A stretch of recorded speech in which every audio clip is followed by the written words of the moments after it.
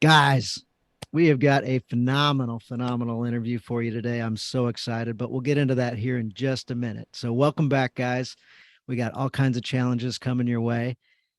And something that we do once a year inside the Journey of a Christian Dad, we have a program called the Ascend. The Ascent, and what that is for is to help guys get more done in 12 weeks. The things that are important, but not urgent, the things that you're going to do someday, but someday keeps getting pushed down the road.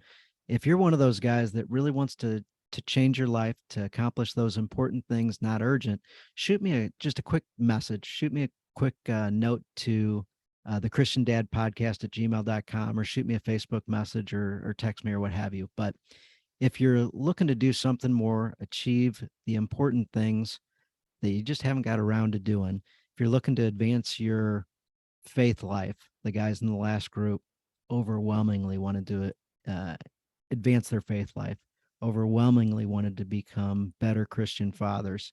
And then we also help some guys make hundreds of thousands of dollars in the real estate market. As one particular guy did pretty well.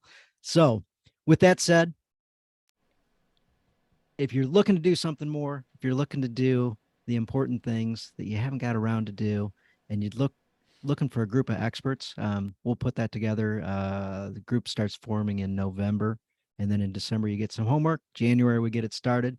So that's enough about that. That's called the Ascent. And anyway, let's get right into it, guys. I am so fired up. We've got Ken Evans with us today from the Manhood Journey. This is a guy years ago when I was putting the podcast together, and I was just looking for resources, looking for people, looking for books, looking for wisdom. He was on the list. He was on the list. So this interview's been years in the making, and thankfully we got connected the other day and have become fast friends. Amazing guy, super generous.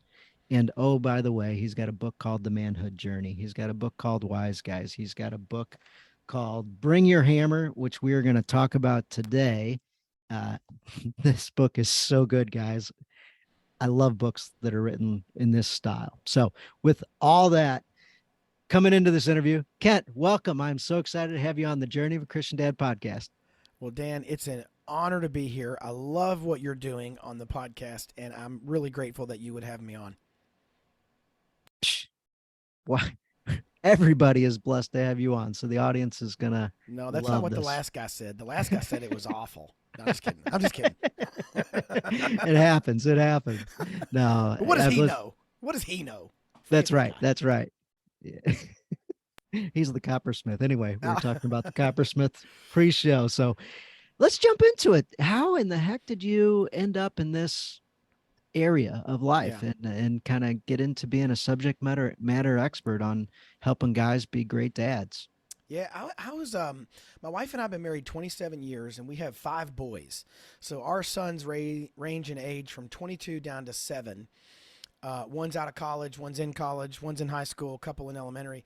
And so over time, as we started having boys and then we adopted a couple, we realized, man, God must want to do something with our family and raising godly men because that's all he gave us. And now we have a daughter-in-law, which is awesome. We have one daughter-in-law.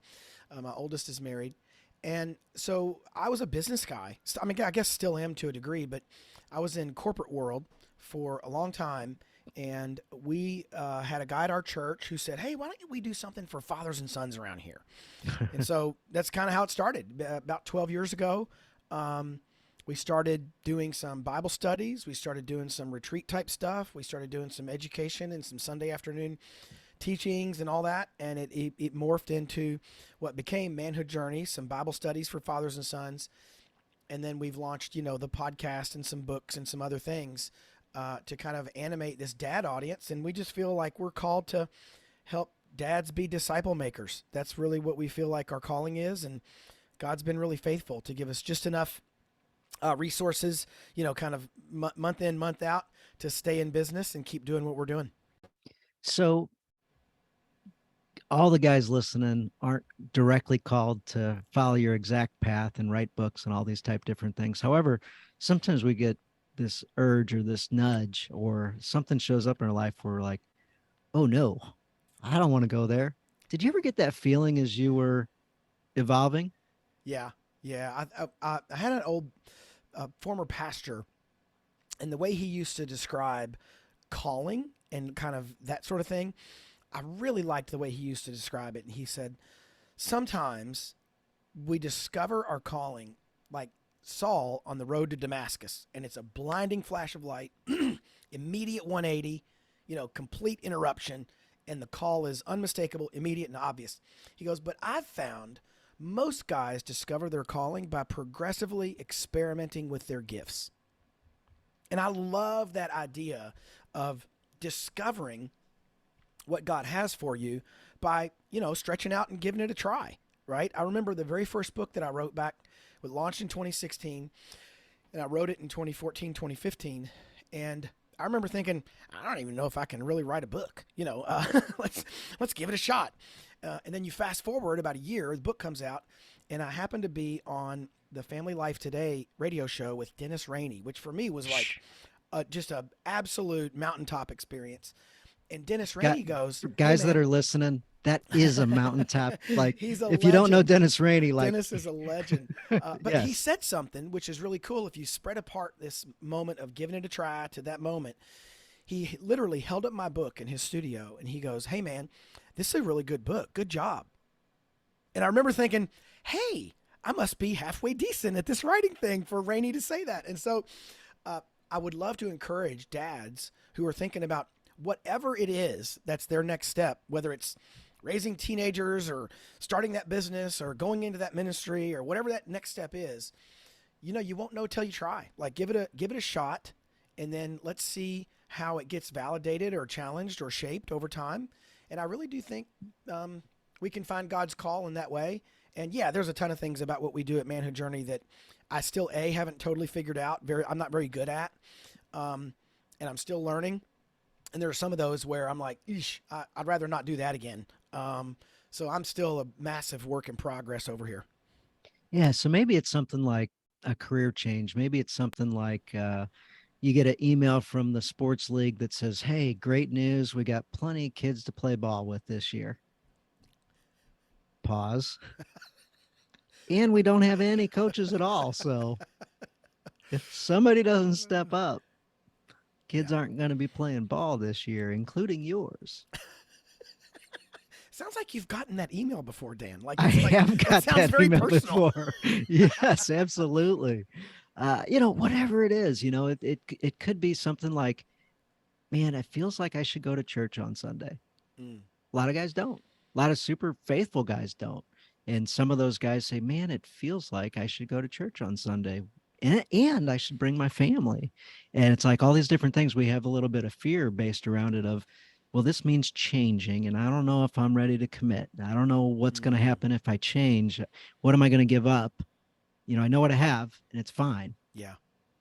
Man, And I have a pastor friend, Dan, and the way he describes it is, John would say, "Chase the mystery, chase the mystery." And so he talks a lot about that idea of sometimes God calls us into something that He only gives us 5% of or 10% of, and that's the idea: is He doesn't give us 100.00% of what the next steps are, and He just wants us to step in faith and give it a whirl.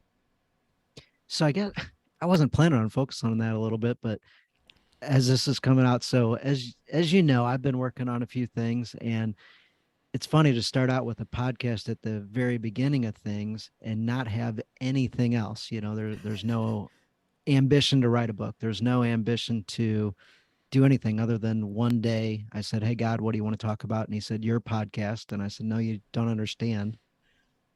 We just had a lunch and you were at the lunch, and I clearly told the guy that my number one thing I was not going to do was start a podcast, and here it is at night. And you're telling me to start a podcast. So, okay, I guess I will." Right? And then he says, do it like the Christian dad, use that as the topic and whatever. And so I'm like, well, who am I to say no to you? Hmm. I guess I'm going to move forward with this. And then frustratingly, not having the people and talent around and looking, and it's like, okay, you told me what to do. Why don't you just clear this sucker out for me and make it easy? you know, Set the dominoes in front of me so I can just knock them down. And it wasn't that way at all. It was, trial and error and talking to Yeah. people, and you know, somebody shows up in your life and you're like, oh, this is the guy. And then you realize that now he's maybe a false prophet. Mm. Let me discard this guy. Let me get him out of my life right away. Mm. And I've been working on putting a website together and just different thing, like not me, because I'm no good at that stuff. And the other day somebody came back to me that I've known really well for a long time and said, hey, I got some capacity now. I'd love to help. I'm like, oh my gosh, I've been totally wanting to Right. figure out how to get your help because you love the mission. However, time is lacking. And I'll Yeah. be darned if the guy doesn't immediately get news that he's got cancer, news that Oh, his wow. newborn son has to, after he's born, go to the ER and Mm. stay in the Wow. NICU for 3 weeks while he's got cancer surgeries lined up.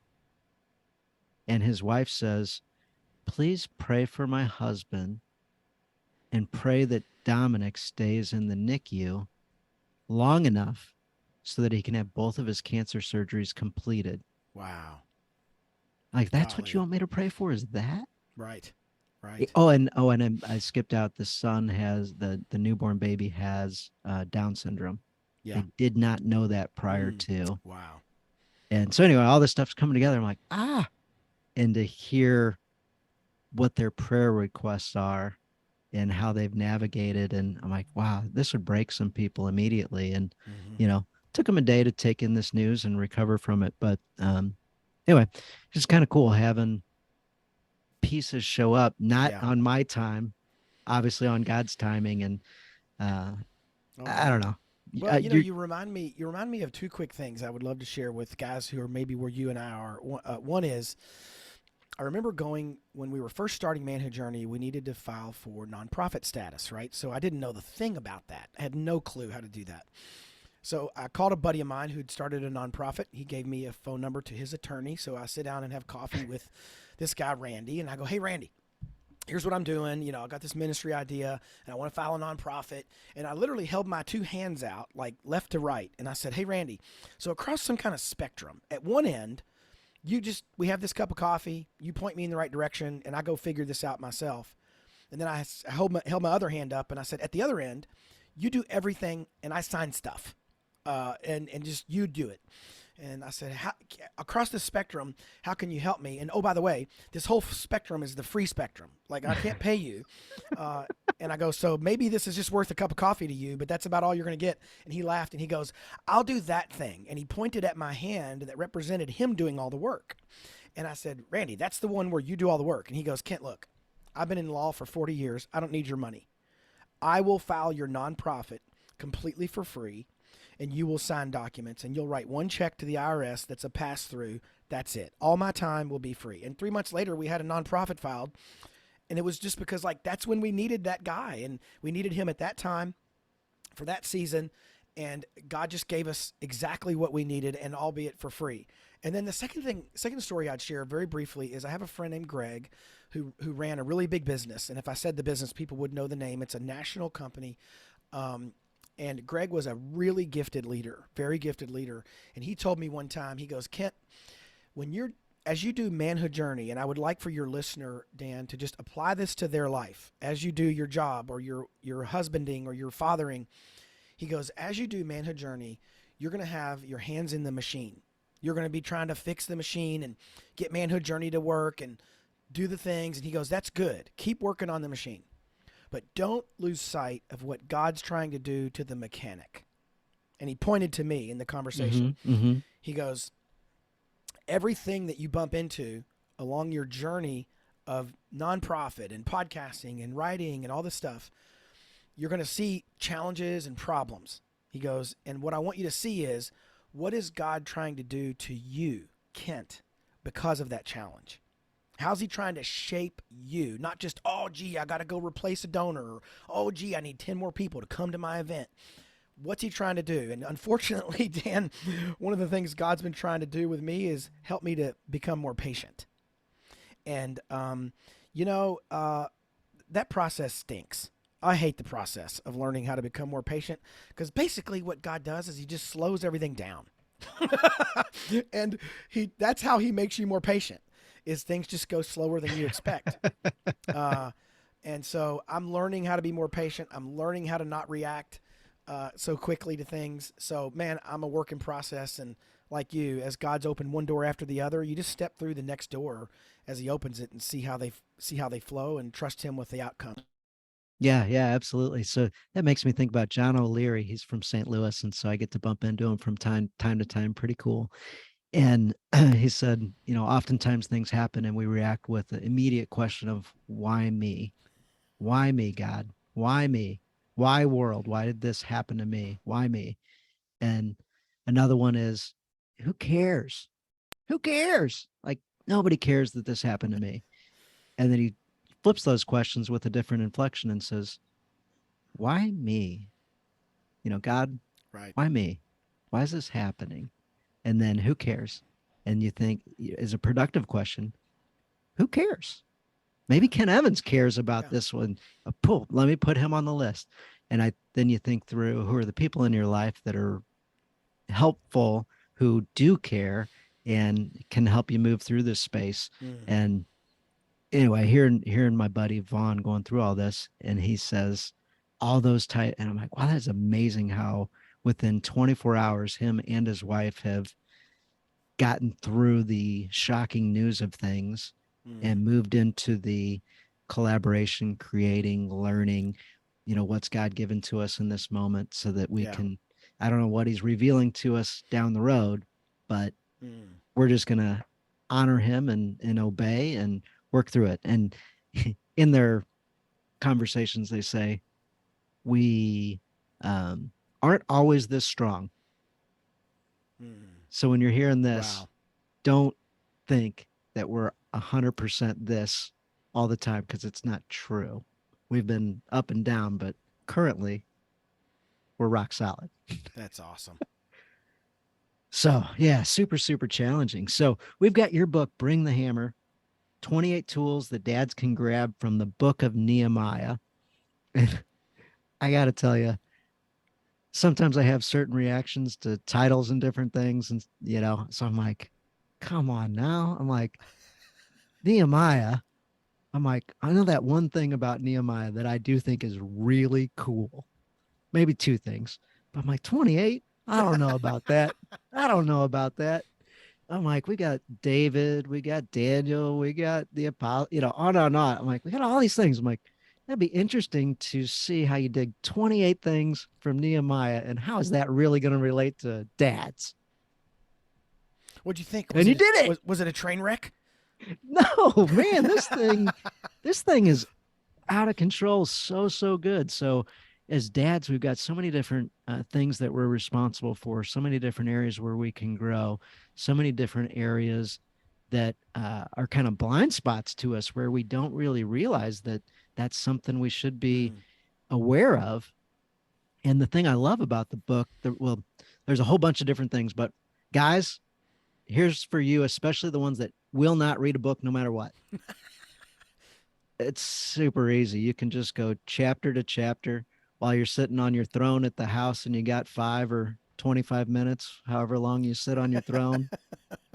You can read a whole chapter and there's some great stories in it. And at the end of every chapter, there's some questions that'll really make you think that you might then ponder on the rest of the day. Mm. And then if you write those down and put some answers, this thing can really help you evaluate your life, where you're at, where your opportunities are, kind of a SWOT analysis type thing, strengths, weaknesses, opportunities, and threats. And this can really solidify yourself where you are and where you'd like to go. And Kent, this one's good.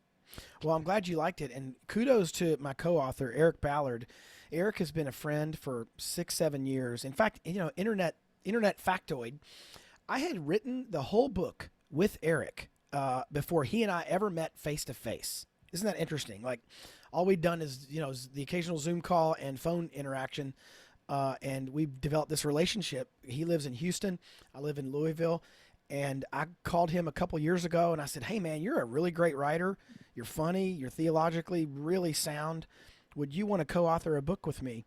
And he said, "Sure." So we spent, I don't know, 6 months kind of putting this one together, and I had written part of it, and so maybe half or two-thirds of the chapters are written by Eric, and he did an amazing job. Really, really great writer, very funny, but also poignant, relevant, and theologically sound. And one of the things, Dan, we tried to do with the book, to your point, is for men, we tried to put it into bite-sized chunks. So every chapter is, if you're a slow reader, it's about 12 minutes. If you're a fast reader, it's about 5 to read a whole chapter. And that's why there are so many chapters. We just carved it up so that it could read with pace, as they say, right? Just so you could get through it. You could conquer a chapter in 10 or 15 minutes easy and write out the answers to the questions. And to your point, man, Nehemiah is a really interesting character. Most folks kind of go, oh, yeah, he's the dude who rebuilt the wall in Jerusalem. True, but there's a lot to observe about that process. And then, really, that's only the first half of the book of Nehemiah. The second half is sort of how he governed in the city of Jerusalem, because he basically became the governor of Jerusalem after they rebuilt the wall. So tons of leadership lessons, and fatherhood is basically leadership. So if we're looking at great godly leaders, we're probably looking at some really great godly fatherhood lessons kind of wrapped in their life. Yeah, absolutely. I love that. I love that you constantly talk about leadership, and people use other words for, being a servant and uh, various other things that they say, when you're a dad. And at the core, it's leadership. And as leaders, I remember my paradigm shifted maybe 20 years ago on the idea of leadership. I think if I were to ask the guy listening to this show, imagine a leader. Imagine a leader in your mind. A lot of, like, especially Western kind of Americans would imagine a guy maybe up front in an audience, like a CEO or a coach who's at the whiteboard, and they are facing the people who are following them, and they're instructing them. That guy's in the process of leading because he's up there and he's looking at me and he's talking. I know this is obvious, but it took me until I was in my 30s to figure it out. The biblical picture of leadership is kind of the other way around, where what I'm seeing is that person's backside and they are going somewhere and I'm following. And I know that may sound, well, no, duh. But what you think of, like Moses in the desert, and there's the pillar of fire by day and the pillar of cloud. Other way around. The cloud by day and the pillar of fire by night. And it was God's Spirit leading the nation of Israel, to be called, leading the nation, and he was out in front and they were following. And so as we think of a leader as a father, my job is to be headed toward God's throne, to be headed toward, have a Godward orientation, and kind of be looking over my shoulder and calling my kids, hey man, come follow me. Paul said in Philippians, follow me as I follow Christ. And so there's this idea that if we're going to be godly leaders, we're going to be out in front, kind of the point man idea from Steve Farrar's old book, Point Man. We're going to be in the jungle, taking the lead, on the point, and we're going to be trying to ensure the safety of those behind us. And Nehemiah was a total stud. He did that like lights out, really great examples. In fact, we originally had 40 plus ideas from the book, and we kind of whittled them down to 28, not because we were searching for a number, but because, the book could only be so long. So we wanted to get them down. There's 10 more we didn't include. Nice, nice. It's so funny how you can take a character and do some research, figure out more and more and more, sometimes understanding how things were way back in the day. Yeah. That in today's modern society, it's a little more difficult to understand. What was something that you just fell in love with as you were researching? Nehemiah, well, real quick, I'll do the 30-second pitch on what happened. Nehemiah works in the capital of a foreign kingdom, right? So he's not at home. But he's earned a position of strength, and he's the cupbearer to the king. So he's a trusted member of the king's inner circle. And his brother comes to visit him. Chapter 1 leads off. Brother comes to visit. Nehemiah goes, hey, man, how are things back in Jerusalem? And his brother says, man, awful. Walls broken down, big trouble. We need a lot of help. And Nehemiah's knee-jerk reaction, this is one of the more fascinating lessons I learned in the book. Nehemiah's knee-jerk reaction, chapter 1, he wept, he fasted, he prayed, and he confessed his own sin. And so, okay, dads listening to this podcast are presented with problems day in and day out. Some of those problems are small, like, hey, we forgot to take out the garbage, or, you didn't pay that bill, or whatever, something small. Sometimes the problems are big, like your friend's cancer Yes. diagnosis or kid's diagnosis, or they lose their job, or the wife has a major health problem. There's there's small and big problems. When Nehemiah was presented with a big problem, his knee jerk reaction was not to go, "Oh God, I'm so downtrodden. How come you're bringing this to my attention?" He didn't whine. He didn't just jump into action.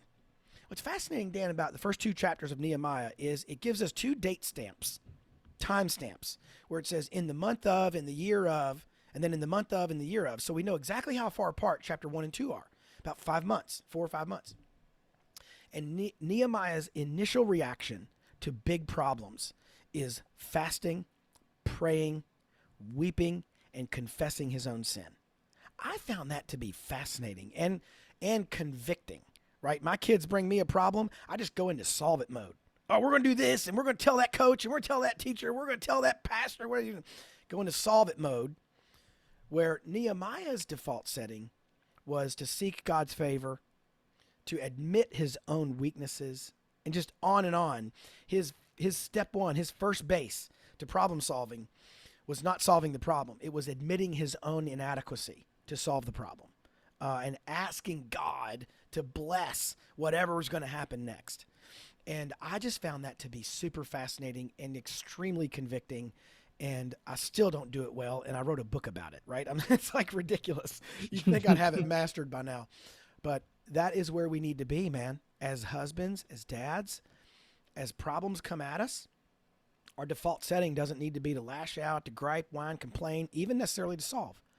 Our default setting needs to be seeking God's favor, and the size of the problem should probably correspond to the size of our entreaty and our desire to seek God's favor. And it was a lesson I'm still learning.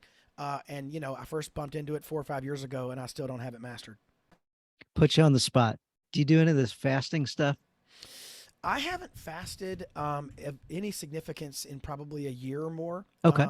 There was a time when I fasted more regularly, especially as we were adopting Titus, who's now 7. And that was 5 years ago. We had more regular fasting as a family because our adoption process was stuck, and we were trying to just kind of go before the Lord and ask Him to unstuck the process. Um, I would say the last year or two, I really haven't fasted much. And it's something that just because you asked me, I'm going to put that back on my radar. I should probably be more intentional in that area. Thanks a lot, Dan. Yeah, Jeez. Now I'll yeah. come back on your podcast again in 2027 when I want to be reminded of something else I'm not doing right. I'm just kidding. 2029. So there's a book out there called Atomic Habits, and in that book, James Clear says, join groups where your desired behavior is their normal behavior. Oh, wow. And fasting is one of those things where I've got a couple friends that are pretty regular fasters. One guy doesn't eat on Sundays. Like every Sunday, he just doesn't eat at all.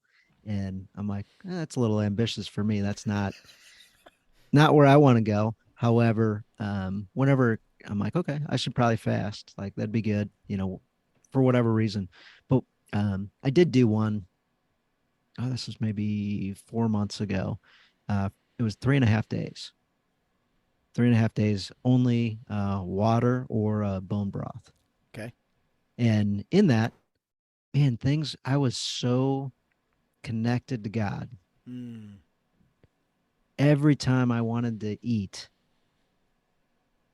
triggered that, hey, why yeah. am I doing this? Hey, thanks for the reminder, God. Appreciate you throwing me a little. I should grab a little snack.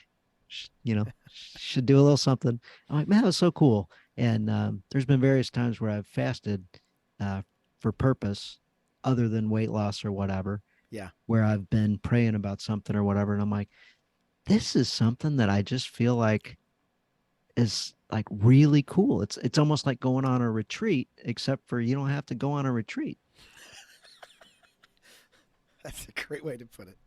Yeah. I mean, so anyway, you brought up fasting, and I'm like, And I think that's something that guys can get into. It's not as Yeah. hard as people think, and you can even do the intermittent fasting thing Oh, where sure. you Yeah. just shut it down at 4 o'clock in the afternoon or skip a meal or.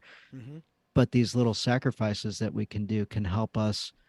One, our family says, "Hey, we're eating food. What about you, Dad?" Right. Oh, there's some leadership here, and there's some opportunities to share a little bit and grow a little bit. But yeah, I don't know if you got any other thoughts on fasting or not with Nehemiah. Yeah, I recall what it reminds us of, like you said, is when we are fasting, it reminds us of our dependence on God. You know, you think we get very independent. Again, I'll lay some of this up again. Not just human condition, but Americans are probably uniquely bent toward this just because of our national kind of pride thing. We love we value independence above many things, and there's a lot of ways that's really healthy for a country and for people. I get it, but for a believer, for a believer, we don't want to take a position of independence. We want to take a position of dependence. We're dependent upon God. I remember hearing the filmmaker and actor Alex Kendrick one time. He was in front of a small audience and he goes, "Hey, I don't know what all you need individually, but I know what all you need collectively, and that is you need God's favor. And God's favor trumps your strategy, it trumps your effort, it trumps your money, it trumps your ideas. You need God's favor." And I think what fasting does for us is it reminds us how much we need God. Because you go, "Gosh, I can't go one day without food. That's crazy." Uh, that's how much we need God. So yeah, thanks for the reminder, man. I'm going to dive back into some fasting habits in the coming months because you're right, man. It's very spiritually cleansing. There's a reason why God encouraged it. There's a reason why the nation of Israel did it so often, and it was part of their rhythms as a nation. A lot of value in that.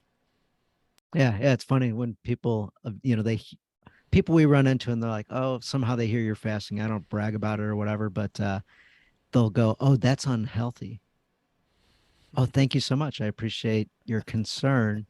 What are some things that are unhealthy about it? Oh, well, you need protein and you need and you Right. need. Okay, okay, got it. I hear you. Anything else? And then, move on with the conversation if they're stuck in there. If they ask a Yeah. question back, why are you doing it?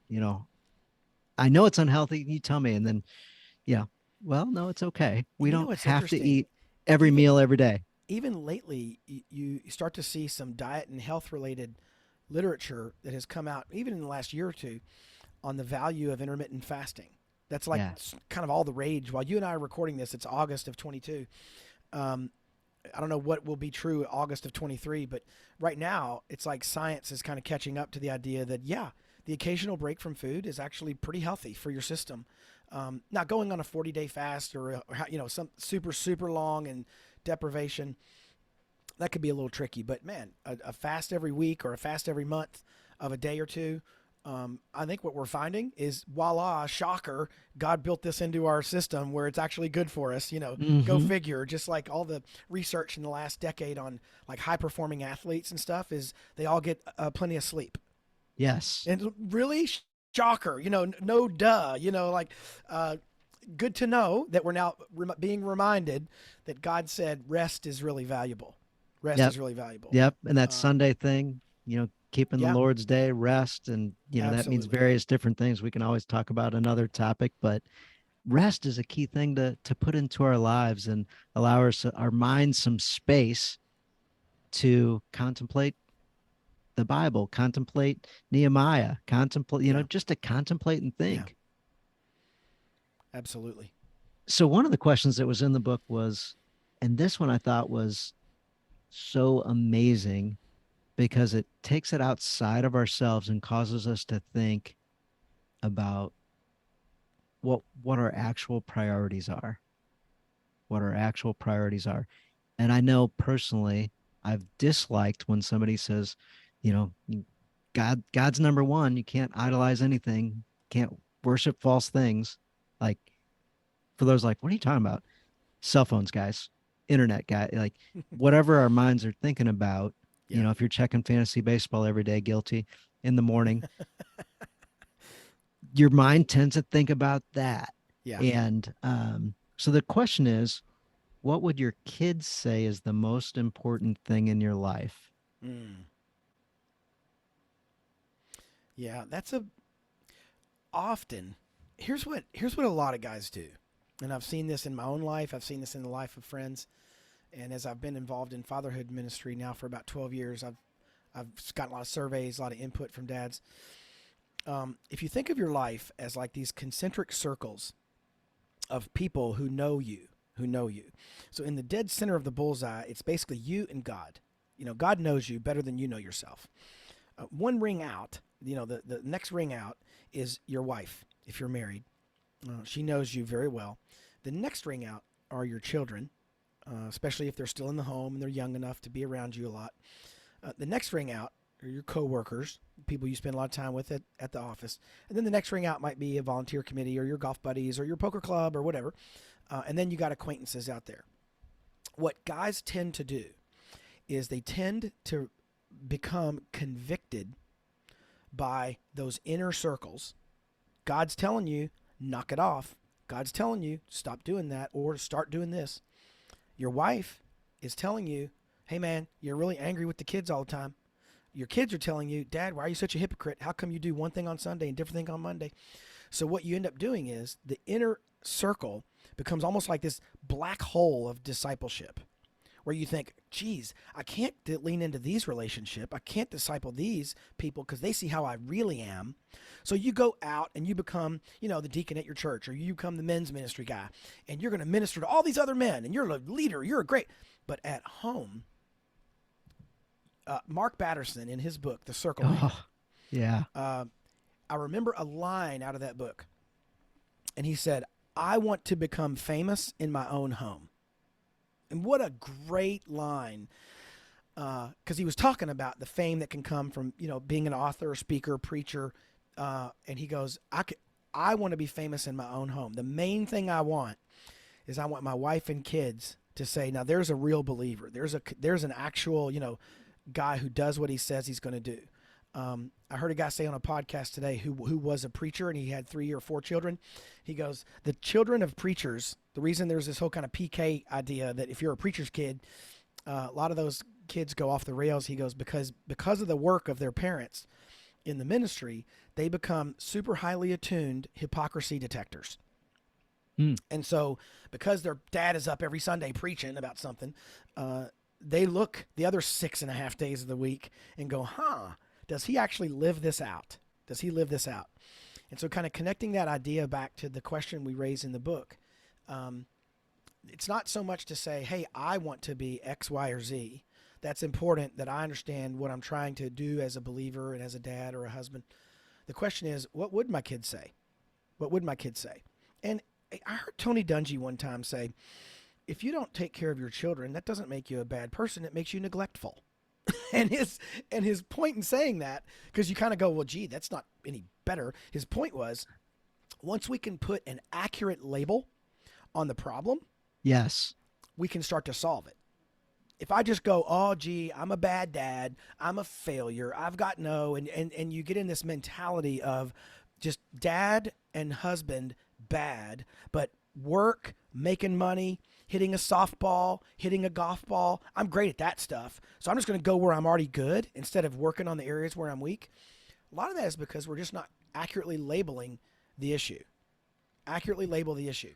If I tend to be an angry jerk with my kids, I tend to be an angry jerk with my kids. Awesome. What's the opposite of anger? Peace, self-control, etc. Awesome. Now I have something to work on. Now I can sink my teeth into doing that as opposed to just lamenting the fact that I'm a bad father or I'm a bad husband. So I hope what dads will take from this conversation, Dan, and this particular point is be willing to ask the question, either self-reflective wise or go actually ask your kids, especially if they're a bit older. Hey, what would you say is the most important thing in my life? I dare you.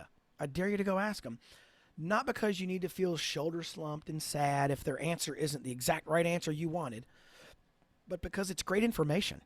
It's great information. If you want to sight in a rifle, what you do is you sit it on the table, you sit it on the sandbag, you take a shot, and then you go, that's too high. And then you adjust the sights and you take another shot. And the only way you can adjust the sights is by taking a shot and knowing, oh, shoot, that didn't land where I wanted. So Go ask your kids. Go ask your wife. What would you say is the most important thing? And if one of them says, your fantasy baseball is the most important thing to you, then awesome. You got some work to do. If one of them says, your most important thing is making money, your most important thing is me time, your most important thing is cutting the grass, whatever they would say, awesome. Let's see what those answers are. And I'll bet you, Dan, those answers won't be as dramatic and tragic as most dads think they are. Um, 100%. Absolutely. Go do it. And the follow-up question on that was, okay, why? Why would the kid, and sometimes the kids say something and then their why is like really funny and that was a ridiculous answer, but in that specific day of their life, that minute of their life, they concocted something, whatever it was. Your most important thing, Dad, is taking me to get ice cream. They might say Yes, that. right. They're just trying to work you. That's right. That's right.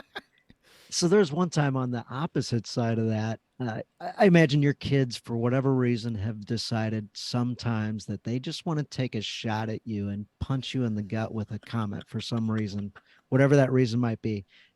I don't know if anything's coming to mind for you. I remember last summer was a really bumpy summer with one of my boys, and almost everything I did kind of like exacerbated the problem.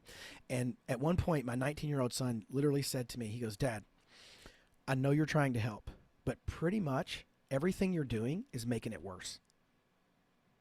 And he wasn't like hateful. He wasn't trying to catch me. He was just trying to tell me, bro, it's like a grease fire and you're throwing water on the grease fire. And all you're doing, I know you're trying to put the fire out, but that's the wrong way to put this fire out. And everything you're doing is making it worse.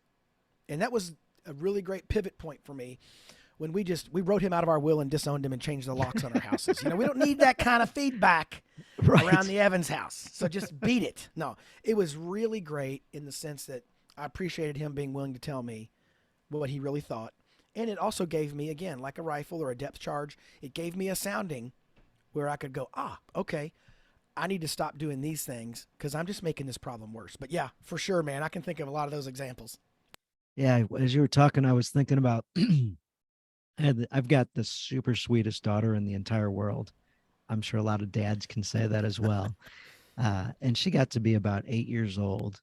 And right at that time, she comes up with, and however this comment came out, it really stung immediately.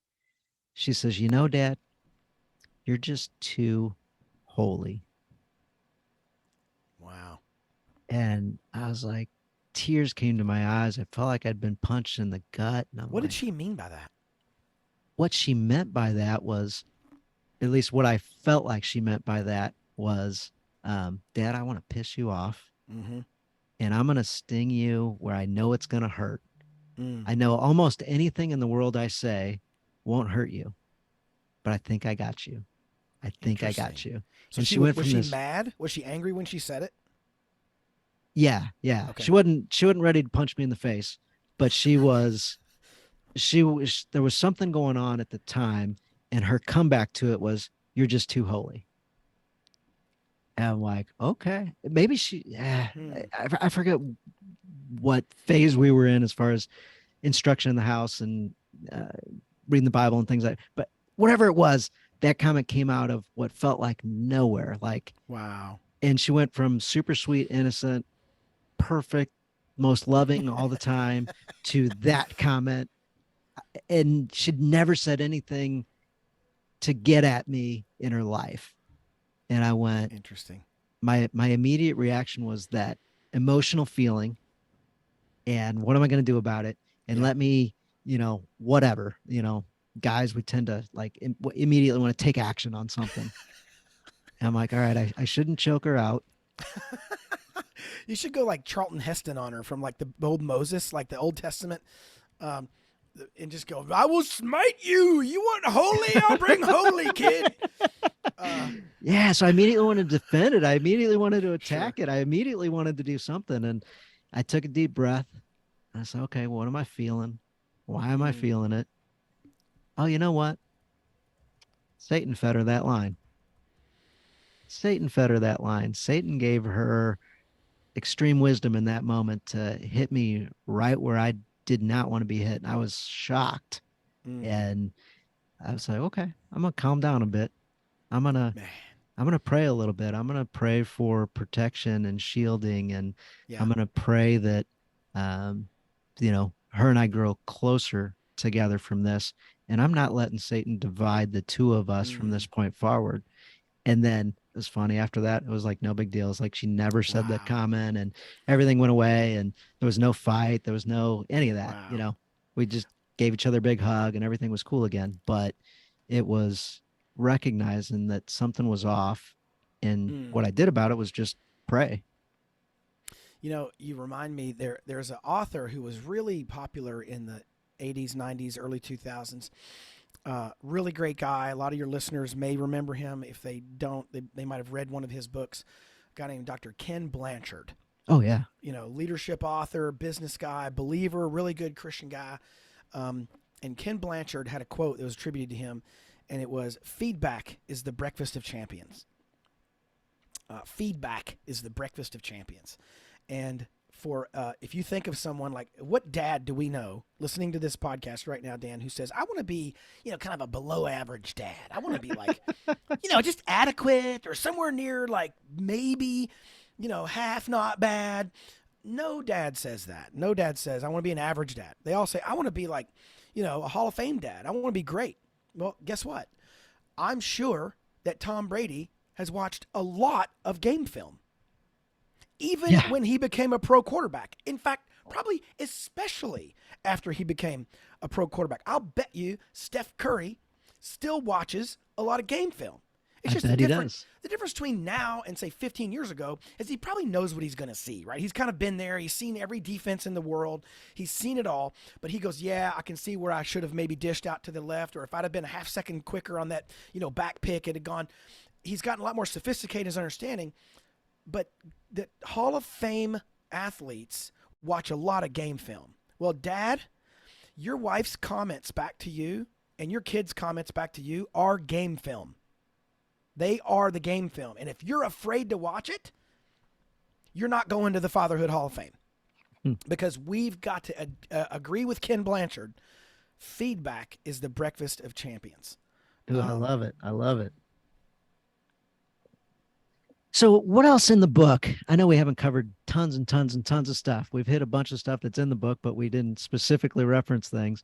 What else is in the book that you'd want to share with the audience?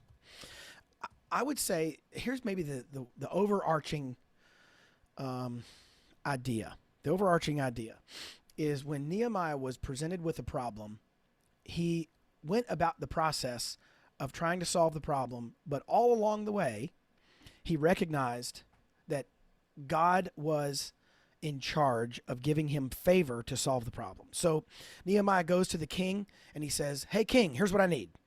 I'm summarizing, of course, but he goes, "Here's what I need."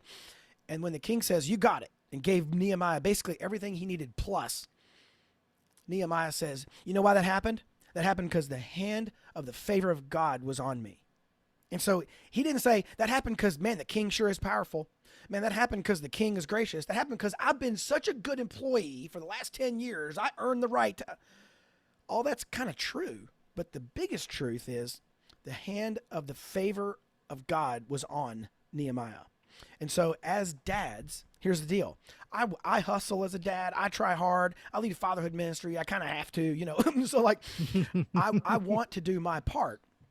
But if my kids, quote unquote, turn out well, or if they love the Lord at 18 or 20, or they pick a great wife like my oldest son did, if they are in church, and if they're doing all that stuff, it is because the hand of the favor of God is on my family.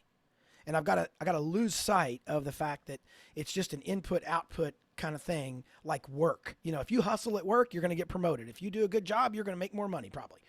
So normally there's this vending machine idea of effort, reward, effort, reward, effort, Hmm. reward.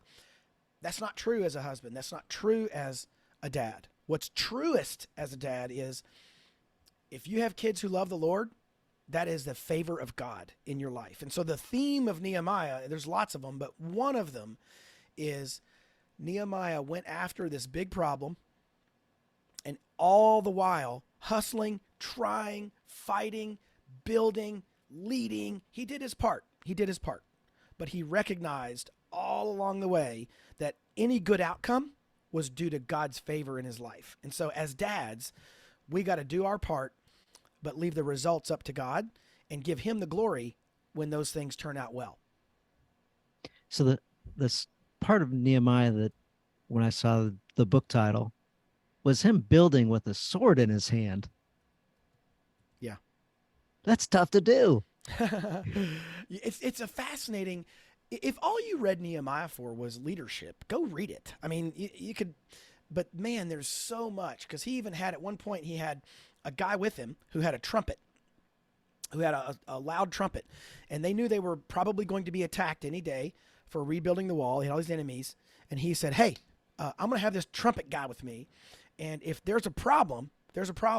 Me and the trumpet guy will go to the part of the wall wherever the attack is coming from. We'll blow the trumpet. Meet me there." Like he was a very very strategic guy, and you had people carrying supplies as part of the wall building, and they would carry supplies in one hand, maybe a big Yeah, pallet of stones, and then in their other hand they would have a sword because they were under constant threat. And as dads, guess what? If you're a dad, you are in a spiritual battle. You may not realize you are. You may be oblivious to it, but you are in a spiritual battle as a dad every single day. You're in a spiritual battle, and I got good news. The battle eventually ends. It ends when you die. It ends when you die because it's going to go on forever. You're going to have that battle uh, till you die or Jesus comes back. One of those two things has got to happen for that battle to be over. And so dad's got to have that same mindset. I'm going to build, I'm going to invest, I'm going to pour time in, I'm going to do the work of being a godly husband, a godly dad. Meanwhile, I'm going to be ready to fight spiritually, fight spiritually for the sake of me and my heart and my soul and my walk, and for the sake of my wife and my children. absolutely. Another thing I love in the book is the very beginning, the very first chapter focuses on love. Focuses on love. The godly dad loves those under his care. And Yeah, I the mean, reason why I Nehemiah love was. it is, Go ahead. oh yeah, I'd say the reason why I love it is uh, when my thoughts start from a place of love, they're better thoughts. God is love. Love is God. And if my thoughts start from a place of love, they're better thoughts. If my questions start from a place of love, they're better questions. Man, Nehemiah, when he was presented with this problem back in Jerusalem, he could have just said, "Oh man, hey brother, I'm really sorry about your problem. Tell you what I'm gonna do. I'm gonna go to the king, get you some money, get you some supplies. You can take them back. Yeah, I'm gonna hook you up, man. I'm gonna give you the hookup because I know the king and I'll hook you." He could have taken a disconnected approach to trying to solve the problem. Instead, instead, he said, "You know what? I am going to jump into that problem personally. I'm going to leave my job. I'm going to go far away. I'm going to come help." And so a lot of dads, like you go back to the email you got about being a coach, a lot of dads will see the problem and go, "Man, I'm going to write $100 check." And that may be needed, right? If you want to write a $10,000 check, here's manhoodjourney.org/donate. No, I'm just kidding. Uh, but there's times when we've got to input resources, whether that's money or connections or whatever. But then there are times when, motivated by a heart of love, we got to jump into that problem. We got to jump into that problem ourselves. And with our wives and our children, especially, we got to be willing to jump into those problems and not just try to fund them from the outside. And Nehemiah was a great picture of that. so, so you made me think. A couple Saturdays ago, we had a massive flood in the town I live. Massive flood. Everybody was affected, and this one subdivision got affected big, big, big time. And I've got this workout group. Everybody's got nicknames. So my buddy Tex Mex is going to lead that day, and he leads the greatest workouts of all time. So I'm super fired up when I go to bed that Tex Mex is going to lead this group. And I wake up in the morning, I check the message thread we got, and it says, "Hey, workout canceled. We're all going to go over to this subdivision. We're going to help flood Oh, victims wow. at Cool. 7 o'clock, not 5:30. And if you want to come, pre-scout the area out, show up at 5:30, whatever." And I'm like, no, no, no. I went to bed and I knew what my plan was. I was super fired up and excited about it, laid my clothes out, like everything is ready to go. And then I've got something planned at 7. Like I'm already doing something different at 7. And I was angry. I was frustrated. And they're like, by the way, if you want to work out with the other guys, you can go over to this other location. I was like, maybe I'll do that. Maybe I'll do that. So dumb. That's So awesome. dumb. I take a breath, finally That's collect myself. awesome. I'm like, God, what do you want me to do here? Like, I think it's pretty clear what you want me to do here, but I don't want to do it. This is not the activity that I want to do. And Right. exhale, like, let me go get a different set of clothes. This is going to require different equipment to go rip out walls and slob through just sewage and mud and muck and disgusting and stench and all this stuff. So I go. We all work for 3 hours or so, 10:30. And in that, I run into a guy who's a veteran, retired guy, and he comes to tears Mm, and he says, "This is so amazing what you guys are doing for us. We are just in shambles over here." And tears are coming out of his eyes, like, "I'm so grateful. And I don't know how we're ever going to repair you guys." And, whatever, on and on and on. And throughout that process of being there, doing all that stuff, I think to myself, man, God, there's no place in the world I would actually rather be right now than being mm, here, helping out and seeing the tragedy, but also seeing the hope that are in people's eyes, because so many people came from so many places to help them get through one of their most difficult times in their life. And most of these people didn't mm, have enough coverage or any coverage of any insurance money of any type, and they had mm. 25 and a couple $100,000 of damage per house. it Wow. was it was awful. But seeing that they just got affected, and then seeing the hope in their eyes and smiles and camaraderie, and like, they weren't destroyed like you Yeah. might would think somebody would be. We went to Kentucky a while back and saw the Mm, victims of the tornado the very next day. And mm. same thing there, like a spirit of hope and a spirit of, Yeah. we're going to rally the troops and get through this. And it's really cool seeing different Christian groups show up and, really care and love our neighbor type thing. But Well, and anyway, I want to encourage a dad listening to your story. Um, Jesus in the Garden of Gethsemane prayed 3 times to have this crucifixion pass from him. You can go look it up. And it says he prayed that the cup would pass from him. And in the end, he said, "But not my will, your will be done." And so I would love to go back to the point where you said, "Here's what I wanted. I wanted thing A, and I think God was calling me to thing B." And you stopped for a moment and you had this conversation with God. I think a lot of dads feel like that that tension between what we want and what God's asking us to do means we are a bad person or means we are a half Christian. Right? I should just be like, "Oh, it's so great, God. Thank you so much for the opportunity to wreck my day." Like, no, that's not even Jesus, who was perfect, went to God and said, "Hey, is there some other way we could do this? Is there like another plan?" And he kept asking. He didn't just ask once. We see at least in the book Mark, I think, if I'm right, yeah, go yeah, check it three out. times. Yeah, you're right. Three You're right. times. 3 times. But where he landed, the net effect was, "However, I know I'm asking you for a way out. I know I'm asking you for a way out. I know I'm asking you for a way out. But since you've said no, I'm in.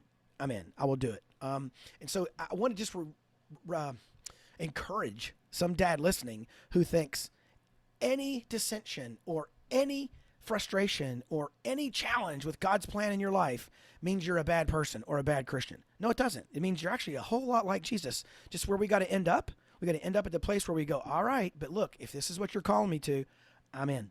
And that's where we got to end up. But the process of getting there is often a little bumpy, and sometimes we're asking for some other a back door that God doesn't always give us. That is awesome. And that ties right back into where we started, just talking about when we feel like we're called to do something, a direction that we necessarily don't want to go.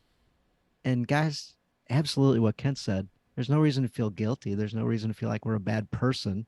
We all have our own things that we want to do in the way that we think. We're human, and that's Right. what humans do. We're Right. not God, you know. We may need to remind ourselves sometimes that we're not all powerful.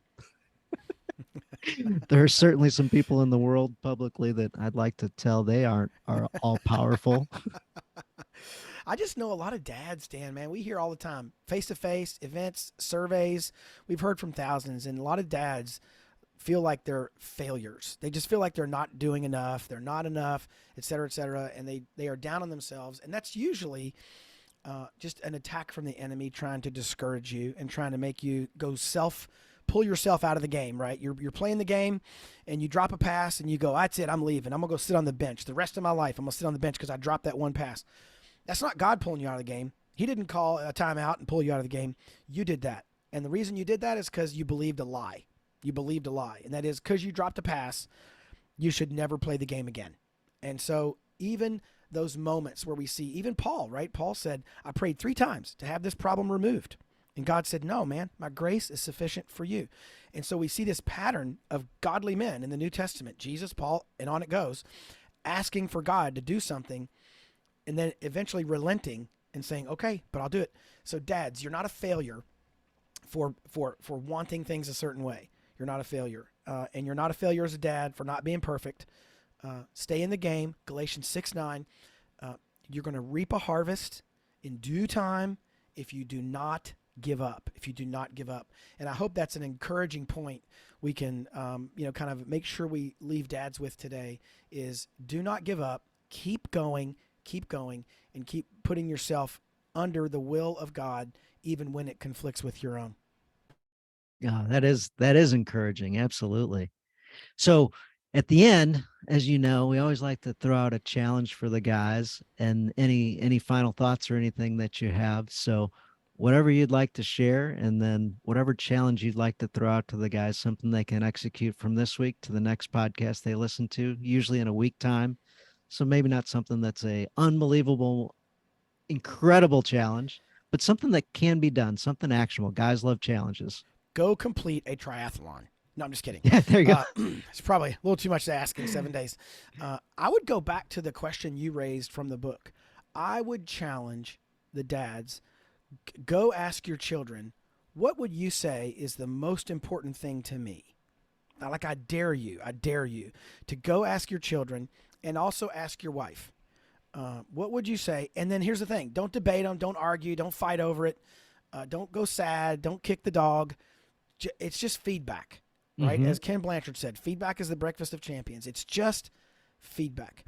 Go find out what would they say is the most important thing to you. Even if your kids are grown and out of the house, text them, call them up, ask them, and see what they say. And then I bet you're actually going to be more encouraged and more joy filled and surprised by the answers, even if you think I'm a little nervous about what I may hear back. I would challenge the guys to go do that. Wow, that's awesome. That's awesome. Why not? Why not do that one today? That one is an easy to execute one. Email Dan and tell him what the answers were. Yeah, Email Dan definitely. and say, I'd hey, love to hear it. here's what I heard was the answer. That would be really, really interesting to hear back.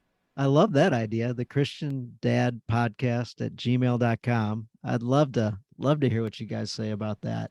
And then I'll throw you guys a bonus challenge. This one's super easy. We all love to buy things. So jump on Amazon, click the little buy now button, bring your hammer, 28 tools dads can grab from the book of Nehemiah. It genuinely is a really good, fun book. And it's got tons of great questions like that one that'll help you advance your life. No kidding, guys. This one's really cool. Thanks so much for saying that, Dan. And kudos again to Eric Ballard for co authoring the book with me. We had a blast writing it. And I appreciate you letting me come on your show today and talk about it. Absolutely, man. I'm thrilled to have you. And anytime you're willing to come back on, we'd love to have you back. 2027, if you ask me about fasting again. Let's just pencil that in. I got it. Got it. I got it marked down. And that's the thing with accountability, guys. When you've got permission to revisit, ask for a time when Eesh. you can revisit it also. And that accountability can help guys grow. So 2027, Kent, I'm hitting you up. Email Dan and offer to be on his podcast so you too can have the areas of your life pointed out where you're just not getting it done. It's great. This is awesome. Can't wait to come back. Look forward to having you guys on too. Well, I appreciate it. It's been so much fun. Bring humor and laughter and energy and excitement, and everybody can use guys like you in their life who bring those elements. So thank you. My pleasure. Thanks for having me, brother. Absolutely.